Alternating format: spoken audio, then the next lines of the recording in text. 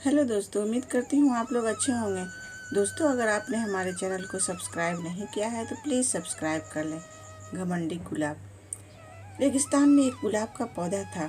उस गुलाब के पौधे को अपने फूलों की खूबसूरती पर बहुत घमंड था। गुलाब के पौधे के बगल में एक बदसूरत कैक्टस का पौधा भी था, जिससे गुलाब के पौधे को परेशानी थी कि क्यों एक बदसूरत कैक्टस का पौधा मेरे बगल में है। इसलिए वह हर रोज़ कैक्टस के पौधे को बेइज्जत करता था और उसका बहुत मजाक उड़ाता था, जबकि कैक्टस चुप रहता, कुछ नहीं कहता था। आसपास के और सभी पौधों ने गुलाब के पौधे को समझाने की बहुत कोशिश की, लेकिन गुलाब का पौधा समझने को तैयार ही नहीं था। उसे तो बस अपनी खूबसूरती पर नाज था। एक बार काफ़ी गर्मी पड़ रही थी। चिलचिलाती धूप और गर्मी की वजह से रेगिस्तान सूख गया और पौधों को पानी मिलना मुश्किल हो गया। गुलाब जल्दी ही मुरझाने लगा।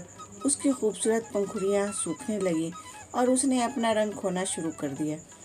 एक दिन दोपहर में गुलाब ने देखा कि एक चिड़िया पानी पीने के लिए अपनी चोंच को कैक्टस में डुबा रही थी।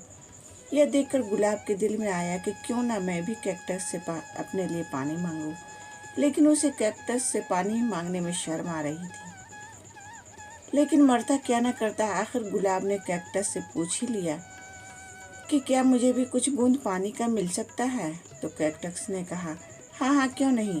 तब गुलाब को अपनी गलती का एहसास हुआ और उसने अपनी गलती के लिए कैक्टस से माफ़ी मांगी और दोनों ने मिलकर एक दूसरे से वादा किया कि हम लोग अब एक दूसरे की मदद करेंगे, हर दुख सुख में एक दूसरे का साथ देंगे।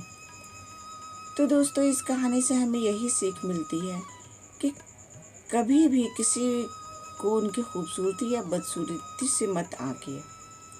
तो दोस्तों, उम्मीद करती हूँ ये कहानी आपको पसंद आई होगी। इस कहानी पर आपकी क्या राय है, हमें कमेंट करके ज़रूर बताएं। कहानी पसंद आई हो तो लाइक और शेयर करना बिल्कुल भी ना भूलें। चैनल पर नए हो तो चैनल को सब्सक्राइब ज़रूर करें। कहानी पूरा सुनने के लिए आपका बहुत बहुत शुक्रिया दोस्तों।